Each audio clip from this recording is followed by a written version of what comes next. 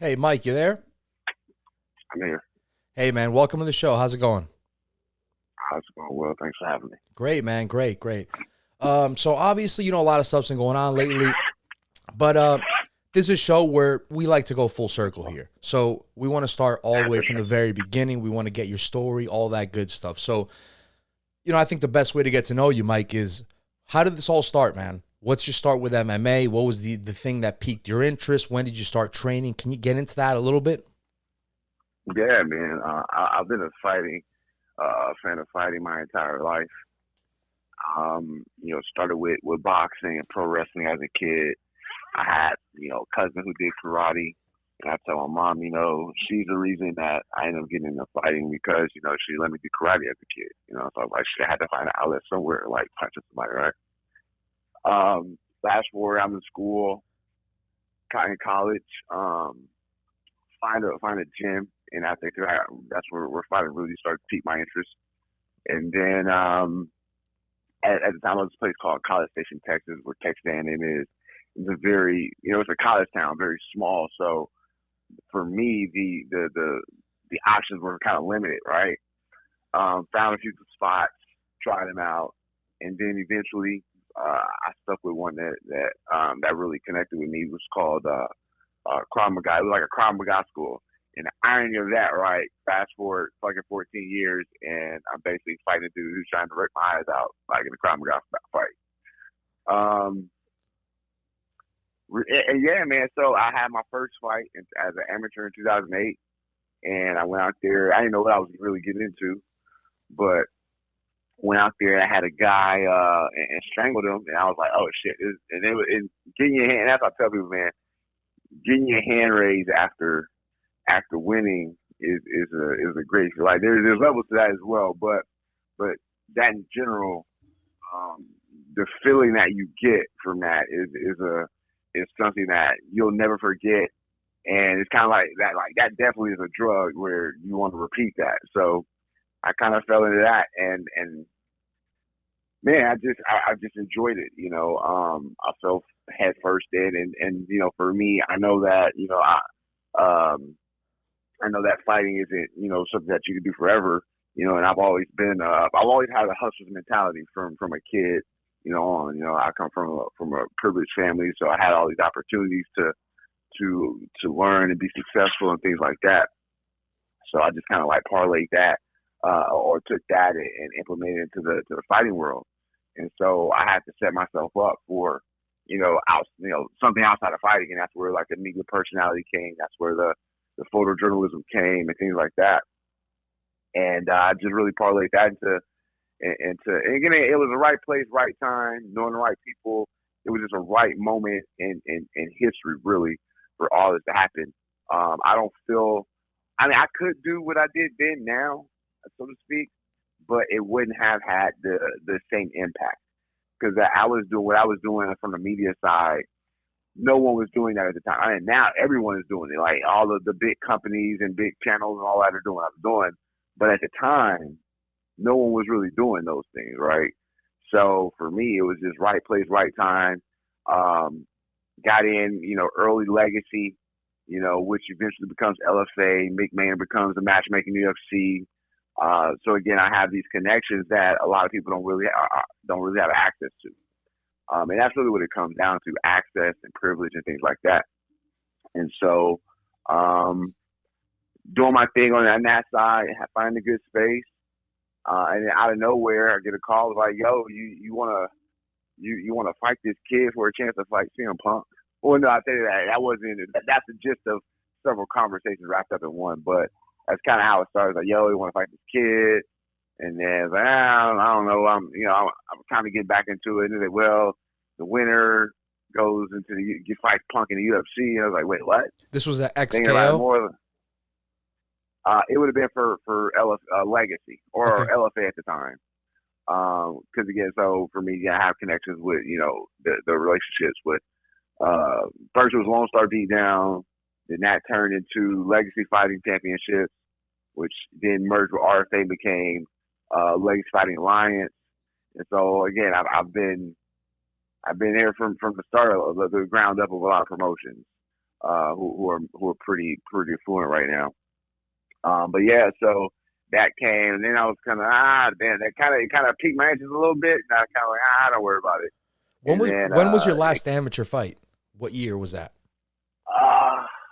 Do you know more or less? Amateur fight 2012, 2012, I believe, and then I made my pro boxing debut in like 2013, I want to say. And then when did you make your pro MMA debut? For the Mickey Gall fight. So that was my pro debut. Let me ask you a question. Was there anything to that 4-year gap? Any thought process in there? To adapt back into MMA. Yes, absolutely. Like, so, well, so you were a bit active, right? And then you sort of took 4 years off it. Right. So for me, the way I looked at it was in terms of, I'm out here covering the sport, I'm out here doing my thing. Yeah, I'm still active as far as fighting, but I'm more on the boxing, kickboxing side at this point. Right. What happened was I had some injuries that kind of was hindering my MMA, ride or whatever. So the doc was like, yo, you need to take some time off. So I was in the process of taking I think I had to 6 weeks off or something like that. Because by this time I've been just consistently training since 2008, right? Taking I may take a couple weeks off after a fight or something like that, but outside of that, I'm staying active. So this was finally the first time, really, I guess, since I began training, that I was really getting some downtime. And so during that downtime, I'm telling myself, like, hey, we don't have to compete all the time, because obviously boxing, kickboxing, or boxing in particular is a passion. I love kickboxing because it's kind of add kicks in there, whatever. But boxing I have a love for, I have a passion for. So all I'm doing now, I'm telling myself, since we're over here, we're primarily covering and engaging in MMA, I'm thinking just do one MMA fight a year, just to do it, right? But I'm still gonna keep doing the boxing, kickboxing thing. So right as I'm thinking, let's compete in MMA once a year, I'm probably back in the gym a week. And then this is when I get the call from my guy Colin, he was the matchmaker for Legacy. He was also the ring announcer for Legacy. So when it presents itself, it kind of plays into the whole thing. We're gonna do one fight a year, and so when the opportunity is nah, it's gonna be in the UFC, and I was like, oh shit, all right, well that's different. Who's not gonna want to make their MMA debut in the UFC, right? Right. So at that point, it was really just an opportunity that I couldn't say no to. Even today, regardless of how I feel about the fight, it's still something I couldn't have said no to. If I would have said no then, I guarantee you I wouldn't be where I am right now, right? So that one event, that branched off into a whole nother series of that led to another series of events that led me to where I am at this point in life. Okay. So obviously, we get to the Mickey Gall fight, and then after that, right, you get the CM Punk fight, right? So fast forward a little bit. Right. And I got a couple questions about that. So you obviously put up a good performance, and obviously post-fight, there was a couple things Dana wasn't happy about, right? But again, from my standpoint, this is entertainment, right? So you're trying to do what you want to do to entertain the crowd rather. And, maybe you feel like this guy's not necessarily on your level. So you're like, oh, okay, this is maybe my opportunity to be able to entertain the people a little bit more. What's your take on that? What do you think about that? Do you agree with that? No, if I'm being honest, here's the thing, man. Just me as a person, I'm a genuinely nice guy. I can't, all right, so I'm the guy in the gym, I move around with, I probably do 30 to 40 rounds of boxing, amateur boxing, a week, right? I'm the guy that goes to the amateur boxing class, and I'm just giving everybody rounds. It doesn't matter if you're a 4'7" woman to a 6'4" heavyweight or some shit like that. And I go with everybody, and then I know what their abilities are, right? And so I can work with these people, as opposed to them kind of you have a bunch of amateur people learning kind of how to fight together. They kind of all the technique is going to go out the window, right? So with me, I'm like a high tech punching bag for them, right? I look like a person in their eyes. I can move around. Got the Give them some experience. defense.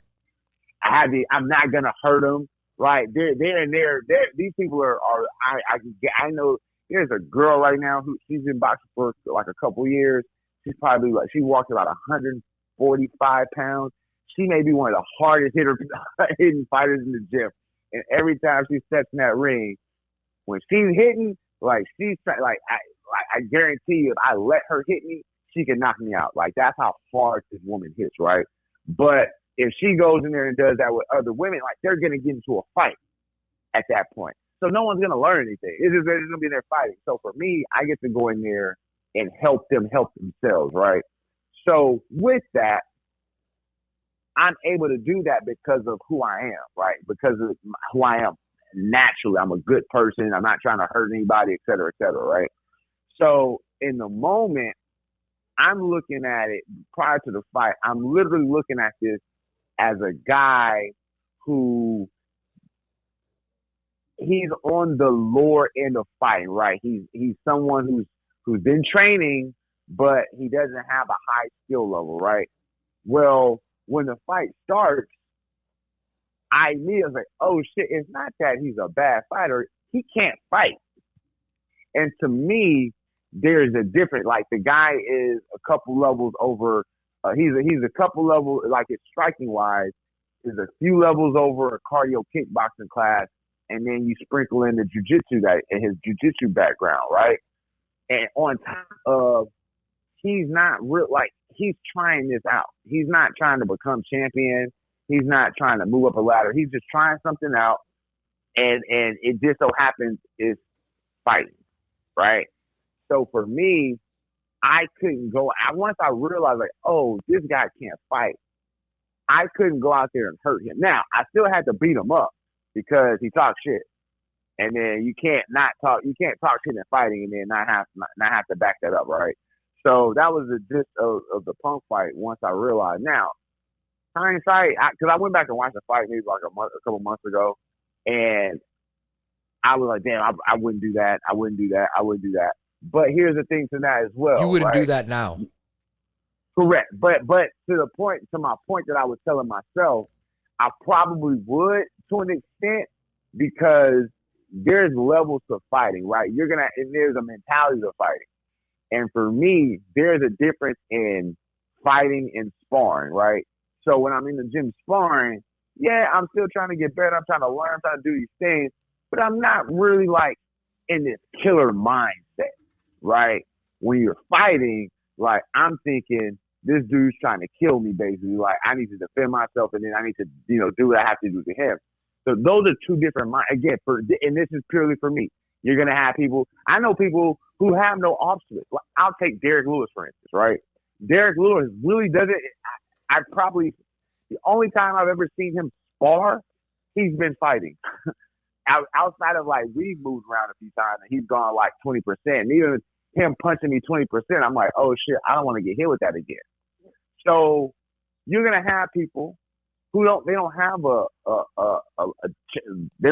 can't change the level of their intensity, right? They have one level or one speed, right? And then me on the other hand, you have multiple speeds. So when you take these into account, I was like, man, I can't I gotta beat him up. But I don't want to hurt him, right? And so that was my mentality with that fight. And again, following it with Dana White and his antics or whatever, I get it. Like that's the other thing. Like I'm a logical person more so than an emotional person. So I have the ability to like take a step back and look at it from a more objective standpoint. And when I look at it objectively, I fully understand why Dana did what he did. Do I agree with it? No, I don't agree with it. You're referring to the post-fight comments, right? 100, right. You know what he's saying, and he's upset. Like, look, man, in 2 fights, they paid this guy $1 million. He got $500,000 a fight. If they're paying him $500,000 a fight, how much money do you think that he's generating for this $1 billion company, right? So when you have a guy who they think I'm gonna lose anyway. They start a golf fight.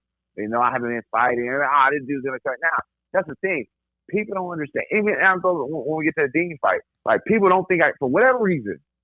And to me, I don't care. For whatever reason, people don't think I can fight.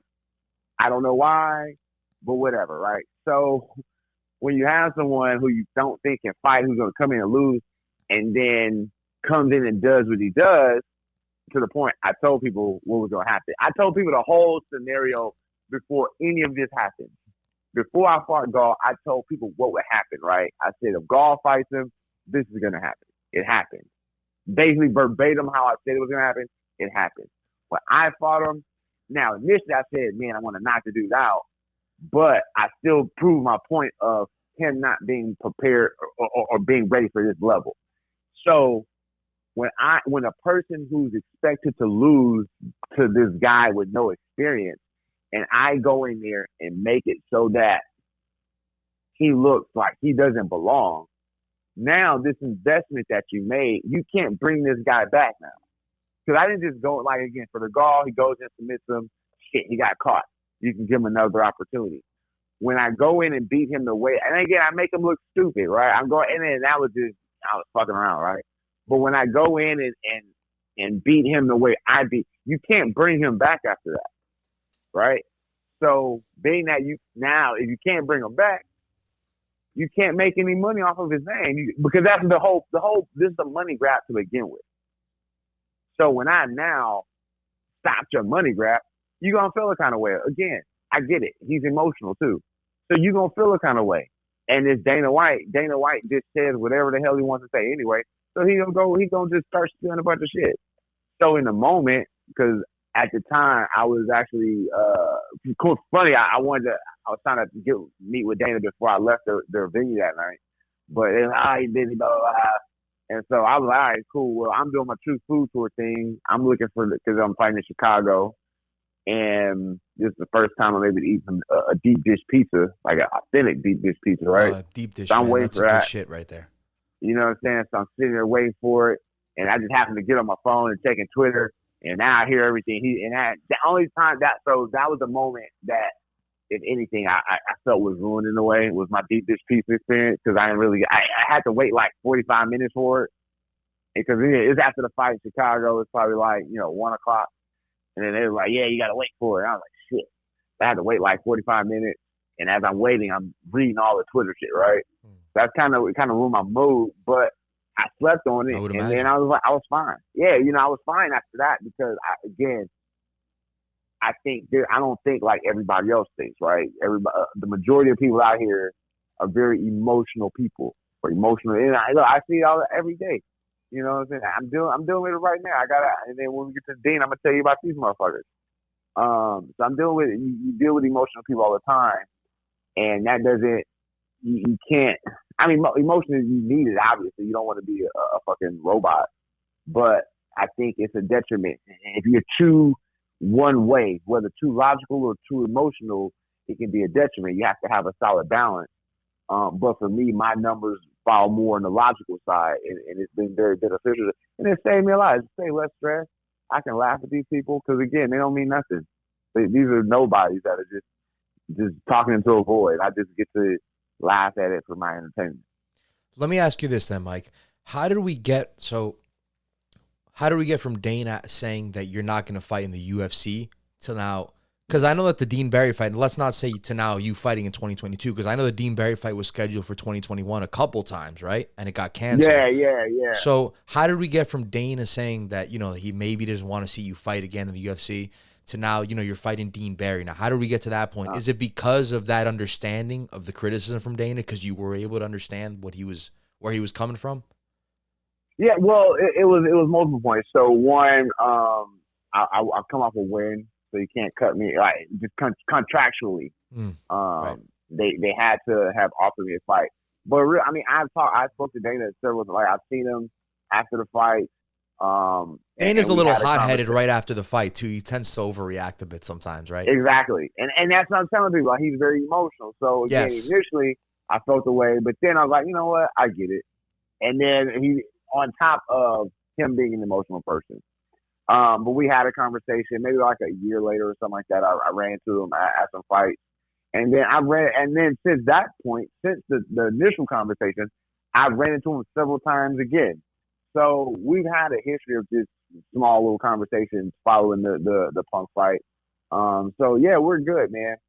But as far as the Barry fight, coincidentally, I was actually offered a fight in November of 2018 on the Argentina card.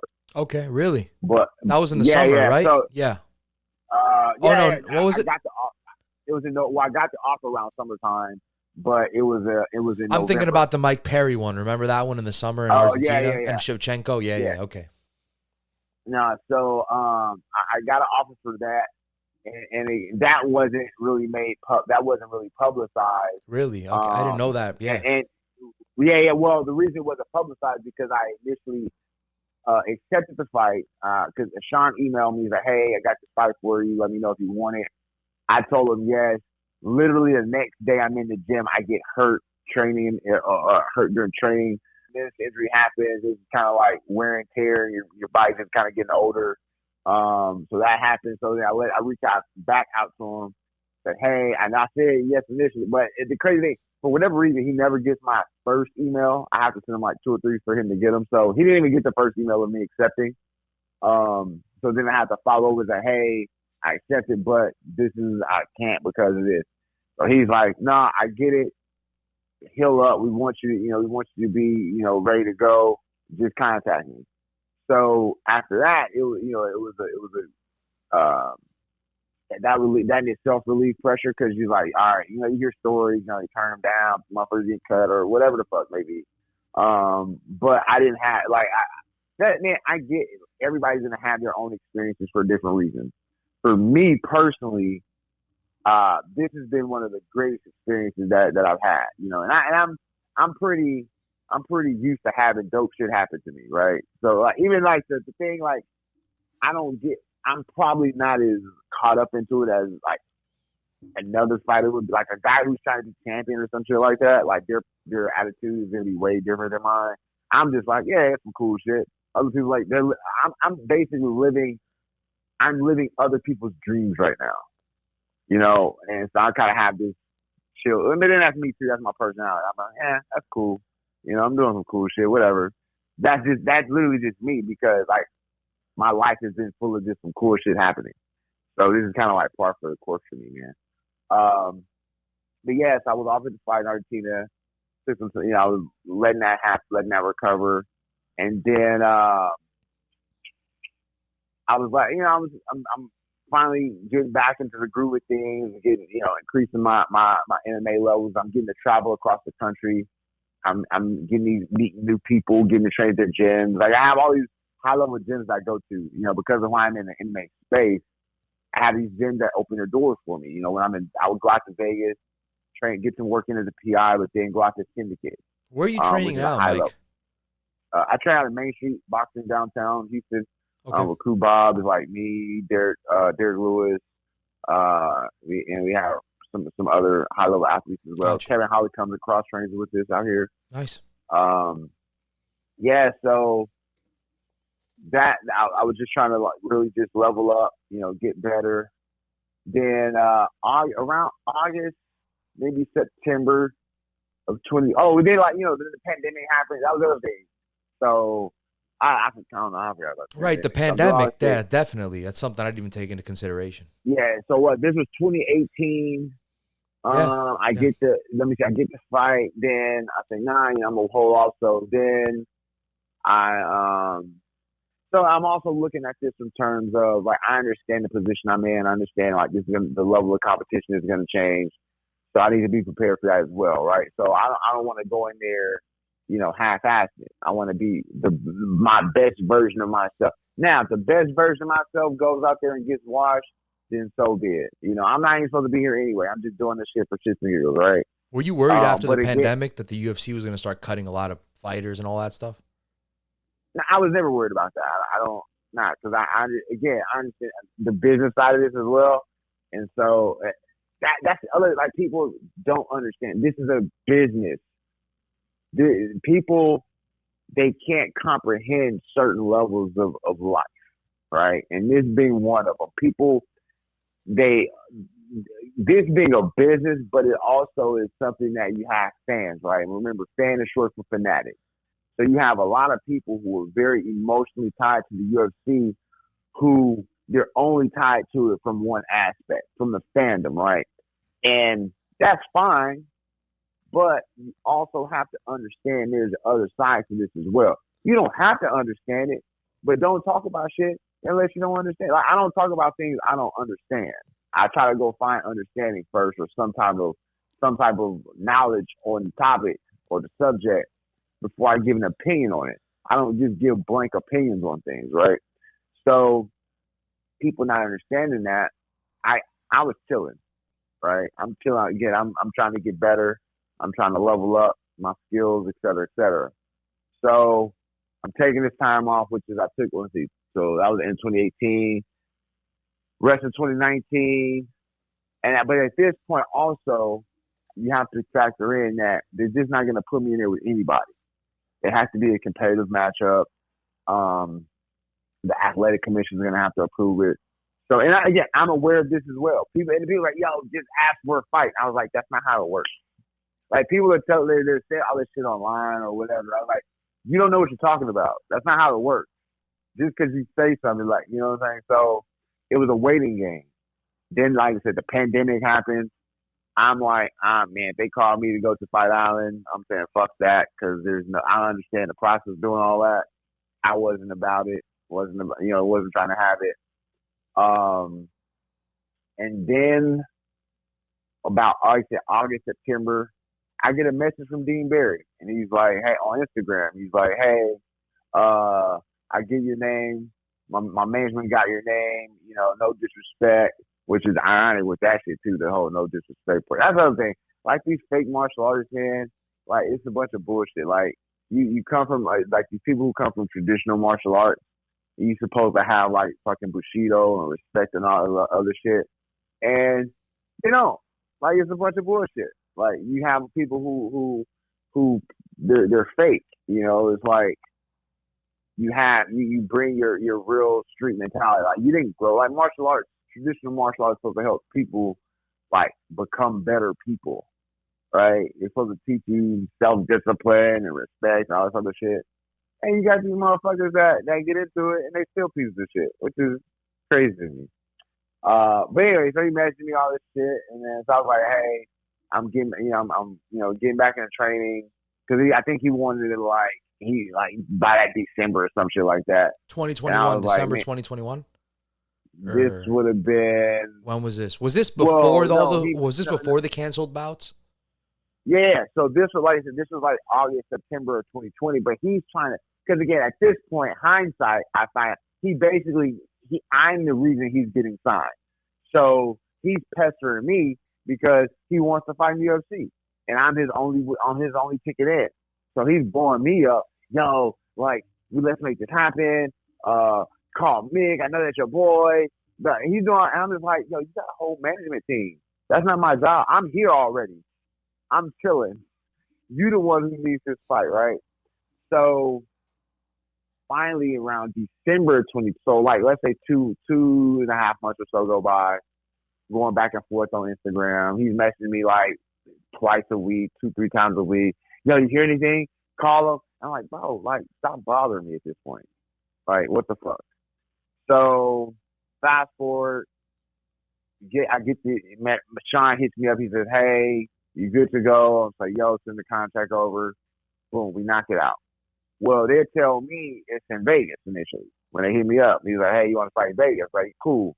Well, fast forward to about a month or so out of the fight, they're like, hey, we need your passport. And I was like, I lost my passport, but why do I need a passport? Because we were going to Vegas. I was like, nah, we moved to Abu Dhabi on Fight Island. I was like, oh, well, and I already said I didn't want to go there anyway in my head. So I'm like, all right, we'll see what happens. So I couldn't get my passport in time, and that was the reason for the initial cancellation. I couldn't get my passport in time because, again, I lost it. They told me Vegas initially. When they switched it up, I couldn't get it in time. So they're like, all right, let's postpone it. They come back. They're like, all right, we're going to do it May in Vegas. Then somewhere March, April, no, probably let's say February, March, um, they say, hey, the fight's off because he can't get a visa over here. It's like another lockdown or some shit like that. So I was like, all right, whatever. Well, just let me know. I'm here ready. Just let me know when. Um, and so then it was just basically a waiting game. And then they start opening back up. I'm running to Sean a few times. I'm like, yo, let's boogie. He's like, we're going to figure it out. And then we figured it out. We got a date. We got the whole this ESPN fight night card. And that's how the whole Dean Barry fight came about. So let's get into that a little bit. Let me tell you what I saw from a distance, and I don't even want to talk about the whole the crotch shot and all that, which is clear. That was definitely a crotch shot. After all that, we're not even going to get into that. I want to talk about what defined the fight, the outcome of the fight, right? So I'm going to tell you what I saw from a distance as a fan. I mean, the guy, that was a nasty-ass eye gouge. You know what I mean? Respect to Dean Barry, too. Nothing against it, but from my end, of course, that was a nasty-ass eye gouge. So I don't discredit anything. You couldn't open your eye. You couldn't open your eye. The fight couldn't go on. The fight couldn't go on. Like, what do they want you to go out there and fight with one eye? I mean, you know what I mean? So that end of the disrespect you've been getting and all that, that's fucking ridiculous. I'm just going to say that right now. What do you want the guy to fight with one eye? What do you have to say about that? No, they do. Well, that's the thing, man. Like, this is not a street fight. This is a sporting competition. Like, there are rules.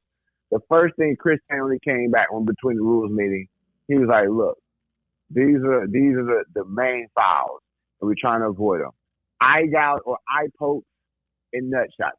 Those are his specific words during the rule meeting. He was like, this is what we're warning for. Watch your weapons. This is your warning now.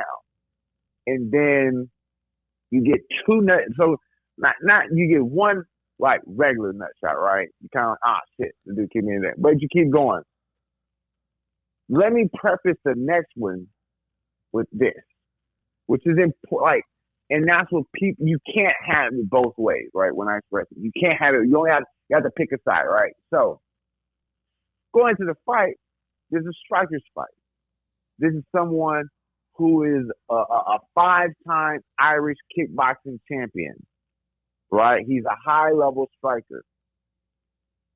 He throws a high-level striking technique at he puts everything into it. He puts 100% into a high-level striking technique that's very dangerous. We all know the damages of a spinning back. It's a highlight. He's looking for a highlight reel knockout. That is a knockout shot. That shit landed illegally to my balls, right? Just think of that in itself. It's not like I'm not on the street and just some random guy who doesn't know what he's doing. It's not like I ran to a car. Coincidentally, that's kind of why I stopped teaching cardio kickboxing. I was holding past to this lady. I was trying, and she kicked me in the dick, and I was like, "What's that? The lady, the heavy hitter you were talking about previously?" No. This is something way different. No. This is way no. She hits me. I'm gonna be on the floor just like when Dean Barry hit me, and she hits me. No, but it was one of those, like, it wasn't intentional, wasn't hard. But again, that's not what I got kicked with. I got spinning dick kicked by a kickboxing world champion. This process that, right? And how am I not how does that in itself not alter the course of the fight? That's just like if he would have caught me with a spinning back kick to the face. So you were feeling that badly afterwards. Come on, like that's the thing. People, they just like, yeah, we know it was a spinning dick shot, but you could keep going, right? You kept going, right? I'm like, yeah, but you also are compromised. I'm just as compromised if he would have hit me with a legal shot that would have hurt me. But instead, it was an illegal shot that hurt me. You know what I'm saying? So I still got a nasty shot. I took a shot, nasty, but it just happened to be that it was an illegal one. So whatever. So that's to the point of that was what your question about the shot, correct? Yes. And now there's more to it, like, and there's more to that in itself, right? Or why, how the fight plays out. So I'll just stick with, for this, I'll stick with the shot. So I understood going to the fight, like, I'm gonna be a bigger guy. He's coming up. He's also going to get, given his style, given his level of endurance, I knew he wasn't going to be able to sustain that shit. I knew he was going to eventually slow, and it's a crash. It's not even a gradual slowdown. Like, the dude crashes, right? So I'm on the ground. I'm on the ground about 2.5 minutes. All I'm thinking about, and which is why I jumped back up, I'm in pain, but I was like, oh shit, he's getting wrecked right now. Think about it. The shot came at like 1:55. It was under 2 minutes. So we've been fighting for less than 2 minutes, but you get like a 2.5. You get a 2.5 minute. You get more of a break than you've actually been fighting, right? And one of the strategies on this is we're talking about his endurance because he has none. So in my mind, I'm like, oh shit, we got to get back up. He's getting a break right now.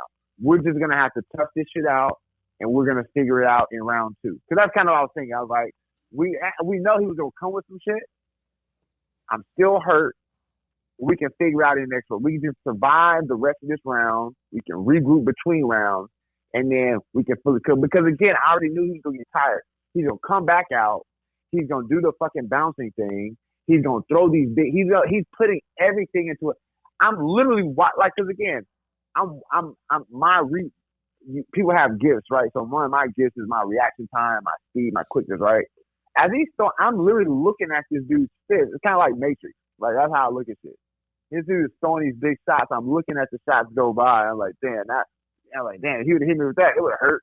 But he couldn't hit me with it. Like, if you look at it prior to the nut shot, he wasn't landing anything. He was hitting nothing but air. He may have hit me one time. Now, he threw like little side kicks out or whatever, but fine. That didn't do anything. It kind of just pushed me back. There was no damage. As far as damaging shots, he landed like maybe one before the nut shot, right? So then the nut shot happened. I'm like, shit, I don't want him to get this energy back. Whatever happens, like, we gonna go out here, we gonna figure it out. So when I get back up, he's landing these shots more now. I'm like, shit. He touched. Yeah, I'm all like, yeah, like, I was compromised. Just, again, if he either hit me with a legal shot that would have rocked me, the same thing, right? I'm compromised, but I'm at no point, even when he rocked me with a shot, he hit like a right hand. I was never like, oh shit, the referee's gonna stop this. I was just like, all right, let's figure this out. Which I figured out really quickly. I just put some wrestling on, and boom, we got out of the situation. You know, but I was really just like, I don't want to say survival mode. Like, I didn't think I was like, that was gonna be it. I was like, hey, just make it through the rest of this round with this. Because again, it took 4 hours for my balls to stop hurting. They were burning from the shot. Because again, this is a kickboxing world champion. I got hit with a crazy shot from a high level striker. It's supposed to be a damaging shot. I would kind of be like, if it didn't hurt, I'd be like, dude, this dude's not a champion. Like, what kind of kick is that? If he's supposed to be a champion and the kick don't hurt, you know what I'm saying? Yeah. So it all makes sense. But so that had you know, I go back and wrestle him or whatever, and then he tries to hit me with the pie made eye gouging technique, and even here's it to that, right? And the nut shot happens. It happens because I feel he's getting tired, so he's lazy with his technique, right? But I'm not gonna say that was intentional. He's gassing. He threw a shit, and when I say he's gassing, these are his words. Now, can I tell he's gassing? I can see it in his face. I can, because every time he starts loading up, I see the punches coming. So I'm like, all right, he's fucking gonna load up. He gonna miss, and he gonna be tired. He made a comment, like his words was like, I was fatigued, because someone asked him about it online. His comment was, fatigue was setting in. So you already telling me you was tired. at this point, I hadn't even felt like I don't even feel like I was in a fight, if I'm being honest. Outside of the nut shots and the eye gouges, I don't really, my body didn't feel like it was in a fight. I wasn't tired, because again, endurance is that's one of my gifts. So if you're, and that's to my point why he took the easy way out here. He's getting tired. We're gonna see he get tired because the poor technique on the spinning kick, right? He's getting tired.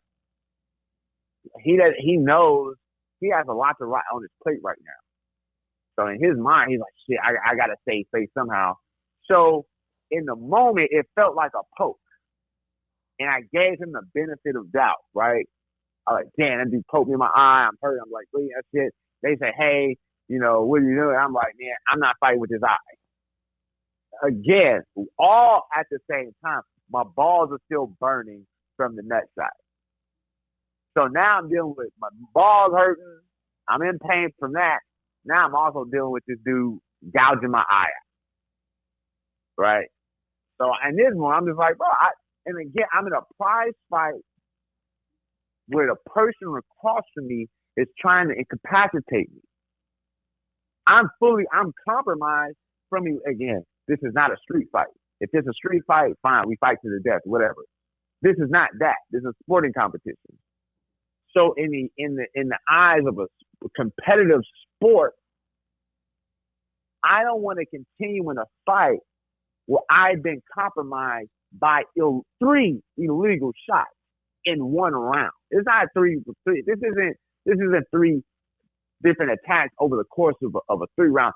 This is 3 attacks, which it was what? I think the time of the fight was 3 and some change. Yeah, like so 3:45, something like that. So this is in this fight where this dude is hitting an illegal strike like every minute. It's some change. How am I supposed to compete with that? But these people are like, oh, you quit. I mean, if you say I quit, how about your dude fucking doing the illegal? And then, which further leads me into the white fragility comment that I make about this, is that in the moment, right, you apologize. I give you the benefit. I'm not a dirty. I'm not a cheater. I apologize. I didn't mean to do it, right? So I was like, you know what? It's a fight. And again, I'm not really, because I hadn't seen the replay yet. So I didn't understand the extent of the eye gouge. I thought he kind of poked me. So I was giving him the benefit, right? Then I go back and watch the replay, and I'm like, oh, wait a minute. This was intentional as fuck. What happens is you're tired. You're exhausted from the fight, and this is when you make these kinds of mistakes, right? You're not making, if you're fully engaged, now unless you're just a fucking dirty cheater, right? Which I get, Dean Berry is a dirty fucking cheater.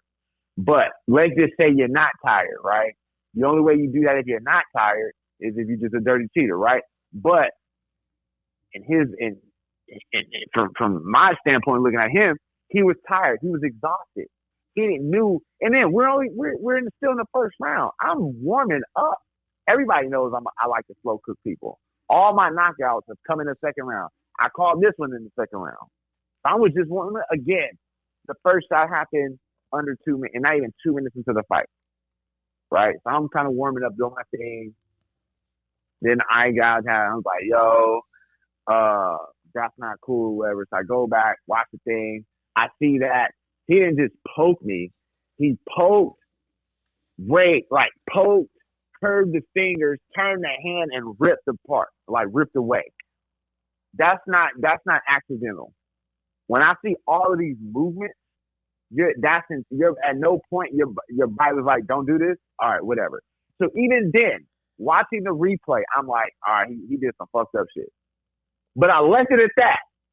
I wasn't gonna go any further than that because that's not my style, right? Then the next day it's like, oh, Mike Jackson quit. Wait, what? So is that the white fragility in this is that this fella doesn't want to own his actions that he committed. And so what he wants to do, he wants to delegate the blame to someone else, particularly me. He wants to, as opposed to owning up to his mistake, right? As opposed to, yeah, I kicked that dude in the dick twice and I gouged his eyes out. I get why he wouldn't want to keep fighting in this high-level sporting competition, right? As opposed to just doing that, he goes online and was like, nah, he quit. He could have continued. He said he couldn't open his eye. But then he opened his eye. Someone to the other person, again, me, for your mistakes. Now I no longer respect you as a fighter, nor do I respect you as a man. Because you exuding this fragility of your insecurities as a fighter. You can't own up to your own shit. So now they mad at that. They're like, why you bring race? And then they don't even get the concept of what white fragility really is. So then they're upset about that. And then so they not only double down, they triple down.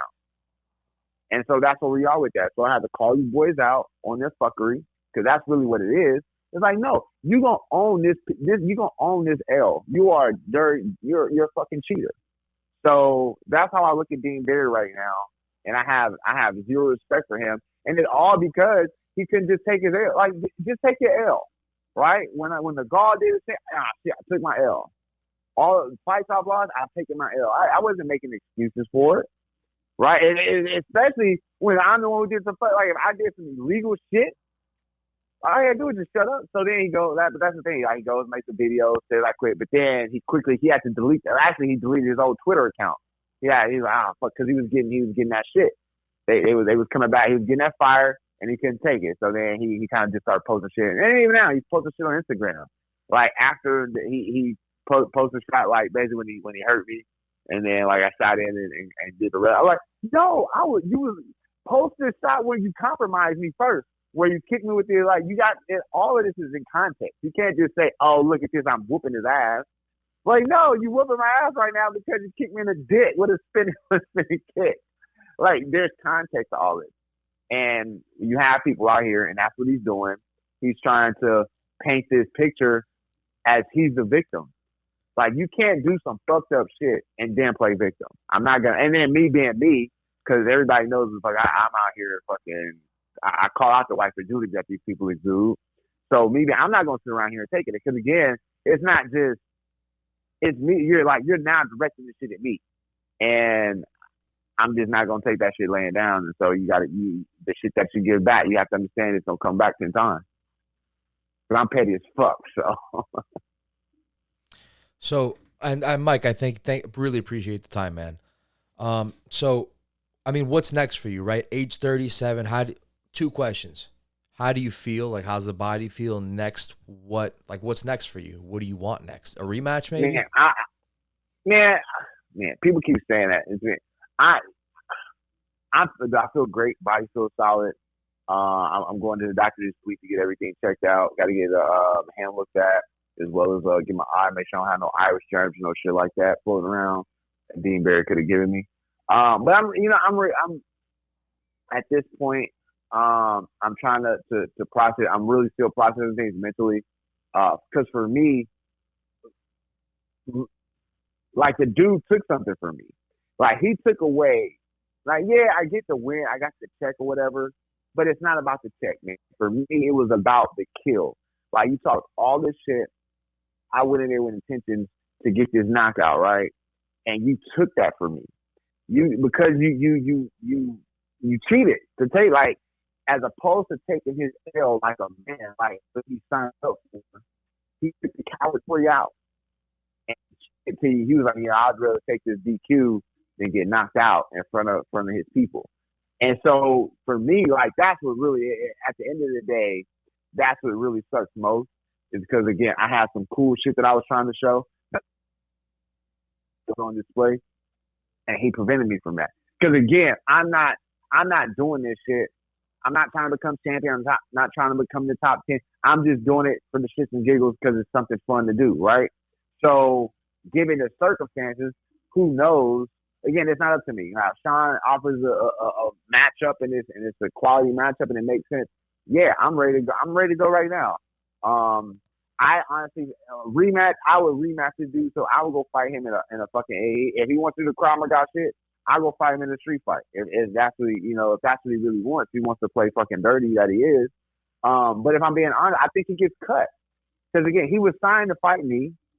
It's clear he doesn't have the skill set for this shit. He doesn't have he's not a pro level fighter. You can't tell me you're a pro level fighter and you out here with 3 legal strikes in the first 3 blatant in the game. You got 2. Will give you the benefit. Say your accent, fine. But you really try like the eye gouge was. That's 100% intentional. And again, this isn't a street fight. This is a competitive sport. And within the rules and the confines of the competitive sport, you're not qualified to be here. You know what I'm saying? Just like some Mike Tyson biting people's ears off and shit kind of stuff. You know what I'm saying? So I feel that they cut him. If I'm being honest, he doesn't deserve to be here, and he did that to himself. He claimed he lost so much people's money. I made people a lot. Well, I should say, because I got the DQ win. He made a lot of people money Saturday night, and he also lost a lot of. He made my people a lot of money, and he lost a lot of people money on his end. You know what I'm saying? And no, he doesn't deserve to be here because of his own actions. So it looks like you want to take some time, right, to sort of, take some time off after a fight and see what's next, right? That's what you want to do. Yeah, right now that they say I get there and clear me once I get cleared by the docs. I can get back to training and all that shit. So it's just it's a matter of when they say I'm good to go. But nah, man, my body is solid, man. Like I told you, I just feel like I was really in a fight. I had a little soreness, but I think that's just not like after every fight you have soreness, but I think that's just from the environment, the atmosphere was going on. You're in a stressful situation, so I think the body kind of internalizes that, which I kind of put that together after. So like, why is my body sore? And I ain't really do shit, But I remember back to all my other fights, why my body was sore or how it felt. I was like, it makes sense. But no, which that in itself is going away now. I've gotten some massages, so I feel great. Fighting, I can fight this weekend. That's how good I feel right now. I can fight next. I'm in fighting condition. I'm in fighting shape. So something comes about, cool. And again, if it doesn't, that's cool too. I have some dope shit there, like the fight photography. I get to travel the country taking pictures of fighting. People, and that's funny. Like, people like, I'll go back and taking pictures. I'm like, bro, like, this is my life. I get to enjoy life while you're over here miserable as fuck working some trash ass job. Where can people find that? Where can people find that stuff? Well, the Twitter is @TheTruthJackson. You get some dope content there. Facebook is Mike the Truth Jackson. A lot of my albums there. And then now you can follow the new Instagram. It's Shits and Giggles brand, because that's what we out here doing it for, right? That's the new Instagram, and that's where obviously you're gonna find the dope photos and dope art.